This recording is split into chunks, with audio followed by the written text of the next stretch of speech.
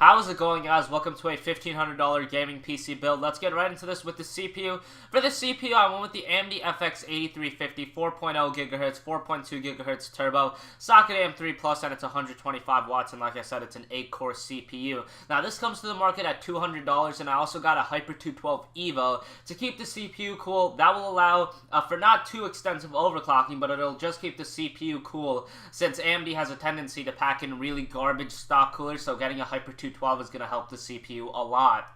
The CPU itself is really great for video editing and live streaming, which I know a lot of people, including viewers, are looking to get into. You know, start YouTube channels, make high quality videos, do a lot of editing, things like that, live stream. That takes a lot of horsepower from the CPU, and the FX 8350 definitely has that. And it's an 8-core CPU, so basically, for live streaming, what it'll do is it'll dedicate 2 cores for the live streaming, and then you'll still have that 4 or 6 core dedicated to gaming, so it'll work really well. The FX 8350 is just a monster at $200. It competes more so with the i7 4770K or 3770K. And if you guys actually shop around, you guys can find this for about $170. Right now on Newegg, it's about $190. It also comes with a free copy of Far Cry 3 Blood Dragon on Newegg, which is a $15 downloadable game. It's like a spin-off title to Far Cry 3. I actually own the game. It's pretty cool. It's not as good as Far Cry 3, but being a $15 game, it's something cool to have, and it's a fun game. And it's pretty short, but getting it for free is definitely, you know, worth it since it's free. And getting that free with the CPU is definitely an added bonus, since that basically makes the CPU like $170, since Far Cry 3 Blood Dragon, like I said, is a $15 value. And the FX 8350 is really good, especially considering next generation consoles are using 8-core technology.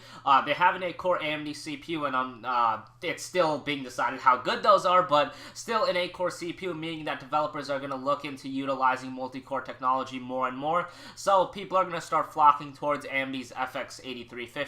4 GHz, 4.2 GHz, and for only $170, $180, and getting Far Cry 3 Blood Dragon right now, really not a bad deal at all. For the motherboard, I went with the Asus Sabertooth 990FX. This is about $180 to $150 if you guys shop around a little. And this is just a loaded motherboard for about $180. Crossfire SLI, 4 RAM slots up to 1866 speed memory. And actually, right now on Newegg, if you guys want a PCIe Express card, like a network adapter, so you guys can connect to your router wirelessly, you can actually get $45 off a network card if you guys want that. I'm not including that in the build, but if you guys do want a network card, this might be something cool to look at. Just go on Newegg and look up their Sabertooth 990FX. I'll have the name and everything in the description, so you guys can just copy and paste that into Newegg and you'll be good to go. But if you do want a network card, you actually get $45 off those, so that's something to look at. The Sabertooth 990FX is just a loaded motherboard for $180. Has everything you want, and with 4 RAM slots, you do have upgradability options with the RAM.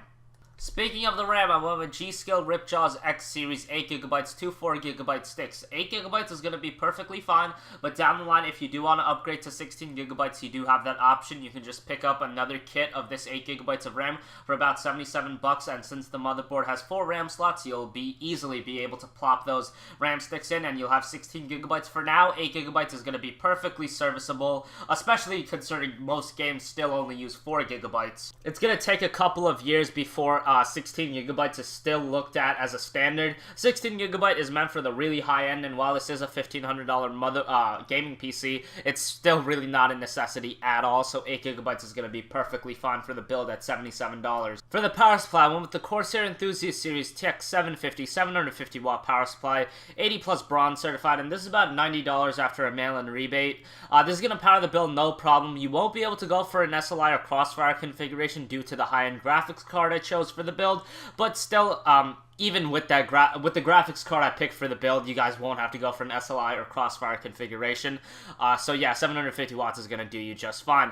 For the graphics card, like I mentioned before, I went with the EVGA GeForce GTX 780. This is $650, so a gigantic portion out of the build. I originally wanted to try to fit a GTX 690 in the build, but that would be using 2/3 of the build's entire cost, and that's actually not feasible unless you want to skimp out on a lot of things like getting a 4-core AMD CPU, and getting a lower wattage power supply. So I just opted to go with the GTX 780. This is going to be better for the build, and it's only $650, so it's going to work pretty well for the bill since we're not overspending, but we're not also underspending, and that kind of sounds weird that we're not overspending because this does cost $650, but you guys get the point.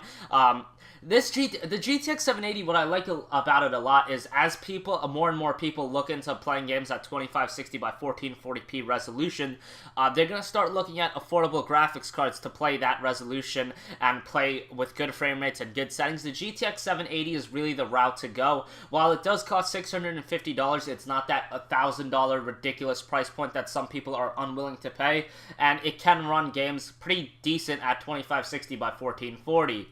It also comes free with a copy of Tom Clancy's Splinter Cell Blacklist, which is the new Splinter Cell game coming out, and I actually just completed Conviction about 2 weeks ago. I really enjoyed that game, and I'm really looking forward to Blacklist, and that looks like it's going to be a great game. Really one of the sending off games for this generation of games as we move on to next generation, so Blacklist is something a lot of people are looking to pick up, and it's definitely going to be a huge title for the fall. Well, it comes out late August, but it's definitely the game to kick off, the hardcore gaming season into the fall where all the big titles come out, and Blacklist is definitely going to be a great game. That's going to go good with your GTX 780. For the hard drive, I went with Western Digital WD Blue 1TB, and for the SSD, I went with Samsung 840 series 120GB.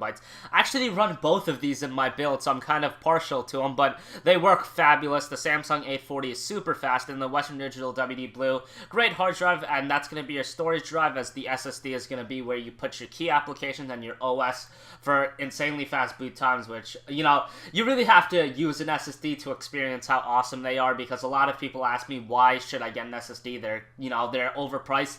If you use one, you'll know how awesome they are, and this setup's going to work great for any build. Finally, for the case, I went a little bit on the high end, but this is a $1,500 build, so why not? I went with the Cooler Master Half 932 Advanced. This is a full tower case, and with a lot of features, a lot of good ventilation, and it is full tower, so it's gigantic, and this is going to be able to fit all your parts easily, offer good cable management. So yeah, there you go, guys. That's a $1,500 gaming PC build. Stay tuned for my next few videos. I'm covering some different regions, got more episodes of gaming news to upload, a lot of videos to edit, so stay tuned, and I'll catch you guys later. Peace.